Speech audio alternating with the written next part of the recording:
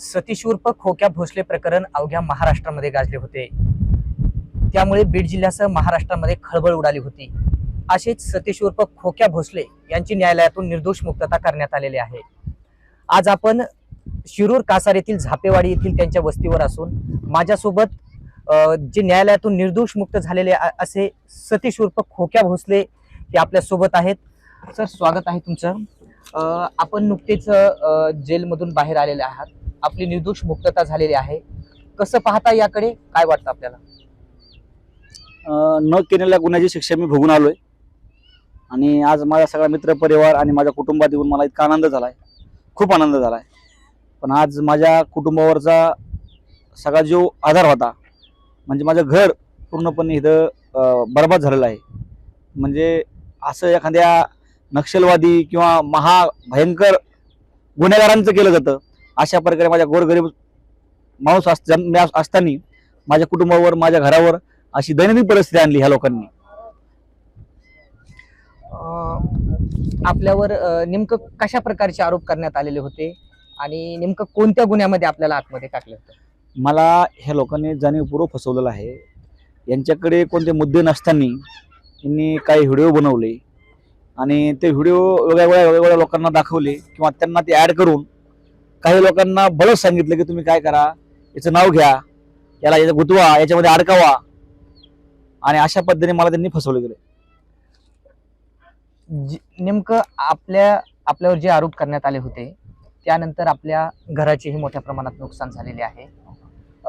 तर कसं वाटतंय आपल्याला, काय पाहता याकडे? माझं घराची नुकसान इतकी झाली साहेब की आज अक्षरशः मला इथं पाहून माझ्या डोळ्यात पाणी येत आहे. माझ्या कुटुंबाला एवढी दयनीय अवस्था आणली आणि ह्या सगळ्या गोष्टीला जिम्मेदार असेल तर फॉरेस्ट अधिकारी. माझं साहेब पाले होईल, माझे वडील पावसात कसे राहते बघा. नाही माझे मुलं बाळ, जरा माझ्या घराकडे कॅमेरा फिरवा. हे बघा, ह्या वासराची आई नेली हो, जसे वासरू ठेवले ह्या लोकांनी. कोंबड्या शेळ्या सुद्धा लोकांनी मारल्यात. इतकी बेकार परिस्थिती, असं काय केलं तुम्ही ह्या लोकांचं? हे राजकीय गुंडे आहेत, लय जास्त लोक नाही, 5-6 लोक आहेत. आणि ह्या लोकांचे अजूनही यांचे चेले जे आहेत ते फेसबुक, इंस्टाग्राम याच्यावरती डायरेक्ट आई बहिणीवरती एकदम खालच्या पातळीवर बोललं जातं. मग याच्यावरती पोलीस प्रशासनाचा दबाव आहे का नाही?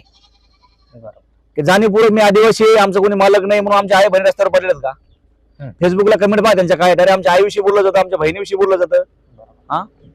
याच्यावरती पोलीस प्रशासनाने लवकरात लवकर घातला पाहिजे, एवढी आमची SP साहेबांना विनंती. नेमकं ज्या पद्धतीने आपण तर निर्दोष आलेले आहात, मात्र सोशल मीडियावर वेगवेगळ्या कमेंटचा पाऊस पडत होता. मात्र आता नेमकं त्यांच्यावर कशा पद्धतीची कारवाईची अपेक्षा आहे आपल्याला? ठीक आहे, माझ्यावर आरोप केले, मी पोलिसाला शरणी गेलो, माझी कारावास काढून आलो 1 वर्ष 20 दिवस. माझ्या न्यायदेवताने मला जे निर्दोष होतो, मी न्यायदेवताने मला निर्दोष काढलं, त्याच्यामुळे न्यायदेवता मी खूप आभार मानतो.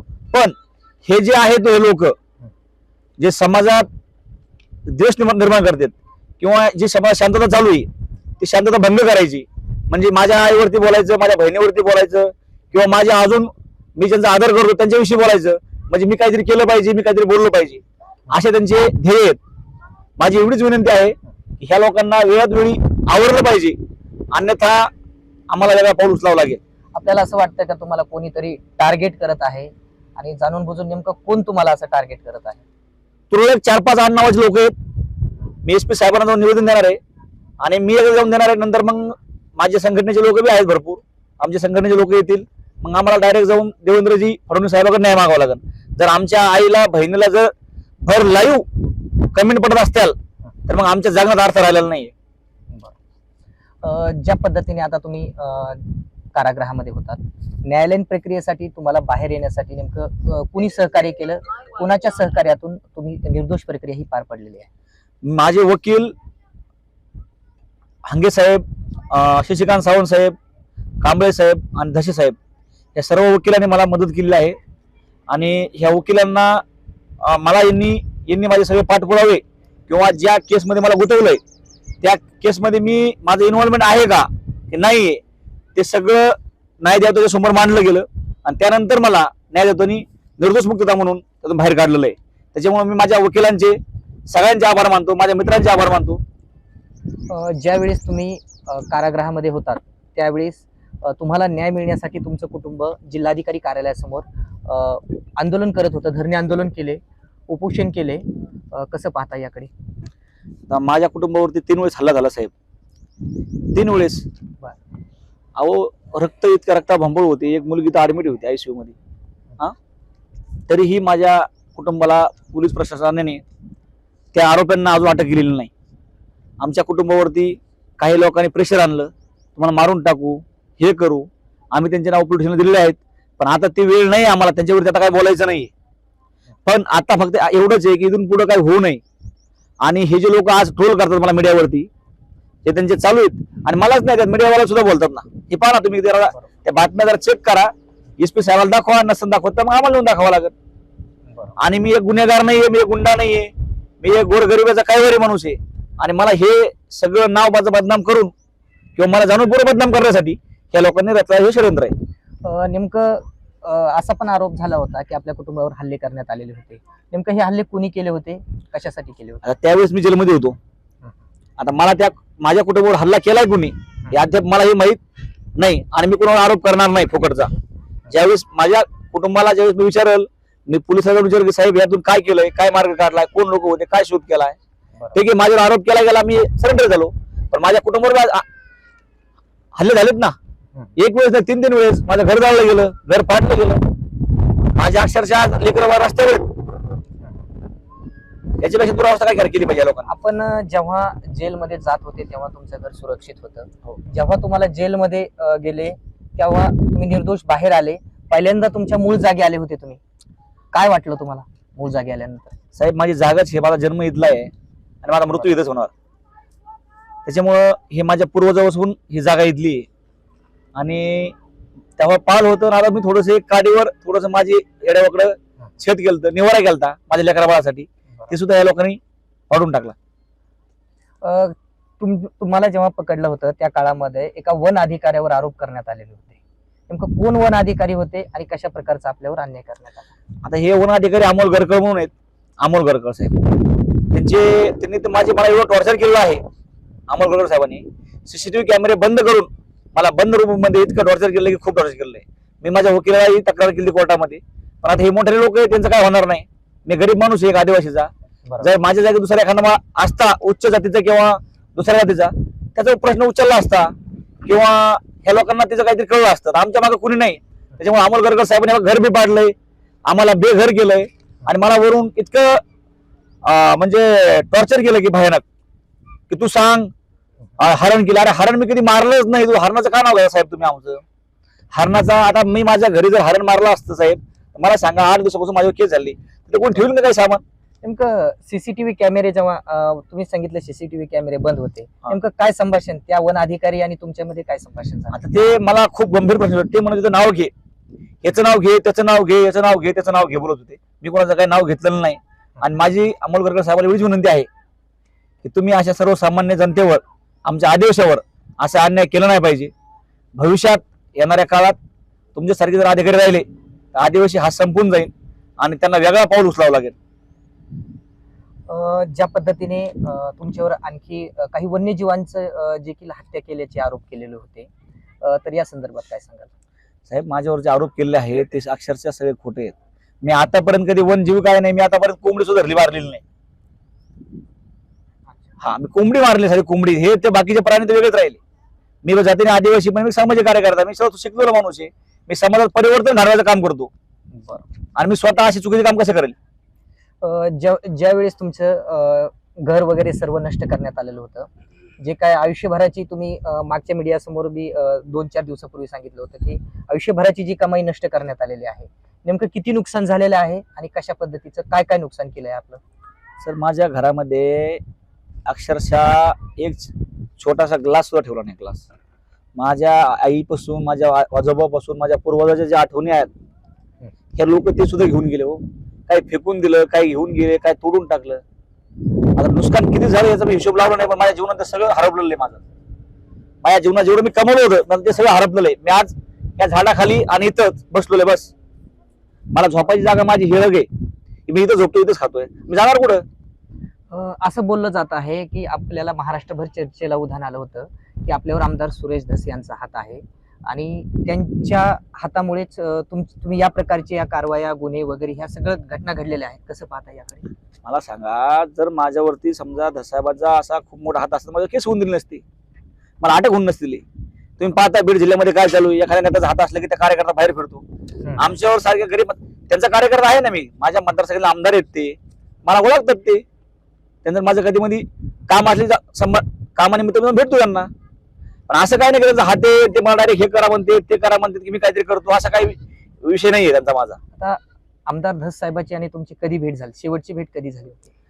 आता शेवटची भेट आता सध्या मी काल भेटून आलो. माझ्या घरासंबंधात मी सांगून आलो, विनंती करून आलो ना.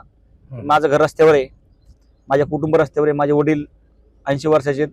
माझ्या घरात छोटे छोटे मुलं आहेत, माझ्या मुली आहेत. माझ्या लेकरा बाळांसाठी काही आधार द्या, आधार करा. कारण की आज इतकं ऊन पडलंय की भयानक ऊन पडलंय आणि एवढ्या कठीण परिस्थितीमध्ये माझं कुटुंब सहन करते. आम्ही एक माणूस आहेत आणि माणूस म्हणून जगायचं म्हणून त्यांच्या विनंती करायला गेलो मी काल. पूर्वी एक असा आरोप करण्यात आला होता की आमदार धस साहेबांना हरणाचं मटण तुम्ही पोहोच करत होता, असा एक आरोप होत होता.